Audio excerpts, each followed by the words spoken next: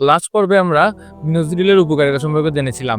আজকে আমরা মিনোক্সিডিলের কিছু অপকারিতা বা ত্রুটি নিয়ে জানবো, যেন আপনারা মিনোক্সিডিল ব্যবহার করার আগে সচেতন হতে পারেন। দেখেন, মিনোক্সিডিলের প্রথম অপকারিতাটা হচ্ছে, এটাই যখন আপনি ইউজ করবেন, অনেক সময় দেখা যাবে আপনার মাথা লালচে হয়ে যাচ্ছে, চুলকাচ্ছে, অ্যালার্জি হচ্ছে, এ ধরনের প্রবলেম হতে পারে। দ্বিতীয়ত হচ্ছে আপনার ত্বক শুষ্ক হতে পারে, আপনার ত্বক রুক্ষ হয়ে যেতে পারে, খুশকি হতে পারে। দ্বিতীয়ত হচ্ছে, এটা চাইলে যে কেউ ব্যবহার করতে পারে না, ডাক্তারের পরামর্শ ছাড়া ব্যবহার করলে সাইড ইফেক্ট হওয়ার অনেক সম্ভাবনা থাকে। ৪ নাম্বার হচ্ছে, আপনি ধরেন মিনোক্সিডিল ব্যবহার করছেন, হুট করে আপনি ২ থেকে ৩ মাস পর অফ করে দিলেন। দেখা যাবে চুল আর পড়াটা যা কমেছিল, এর ডাবল চুল পড়া বেড়ে গিয়েছে। তাই আপনাকে মিনোক্সিডিল ব্যবহার করার আগে মিনিমাম প্ল্যানিং রাখতে হবে যে আমি আগামী ২-৪ বছর ইউজ করব। ওই ধরনের প্রস্তুতি নিয়েই আপনাকে মিনোক্সিডিল ব্যবহার করা উচিত।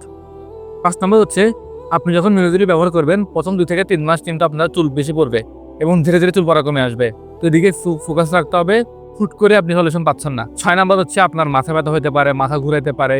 ৭ নাম্বার হচ্ছে, অনেক সময় দেখা যায় যে অপ্রয়োজনীয় চুল গজায়, যেমন হচ্ছে কপালের দিকে চুল গজাতে পারে, বিভিন্ন জায়গায় উল্টোপাল্টা চুল গজিয়ে যায়।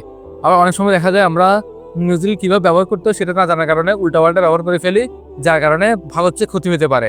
তো এইসব সমস্যাগুলো যদি আপনি মাথা রাখে আপনি মিনোক্সিডিল ব্যবহার করতে পারেন এবং ডাক্তারের পরামর্শ ব্যবহার করেন, তাহলে এটা বেটার রেজাল্ট নিয়ে আসবে ইনশাল্লাহ। হ্যাঁ, মাথায় রাখবেন, আপনি যদি কোনো অসুস্থ হয়ে থাকেন বা কোনো রোগ থাকে, যেমন উচ্চ রক্তচাপ অথবা হতে পারে ডায়াবেটিস, অথবা আপনি গর্ভবতী হয়ে থাকেন, সেক্ষেত্রে কিন্তু হুটহাট মিনোক্সিডিল ব্যবহার করবেন না, এতে করে সমস্যা বেড়ে যেতে পারে।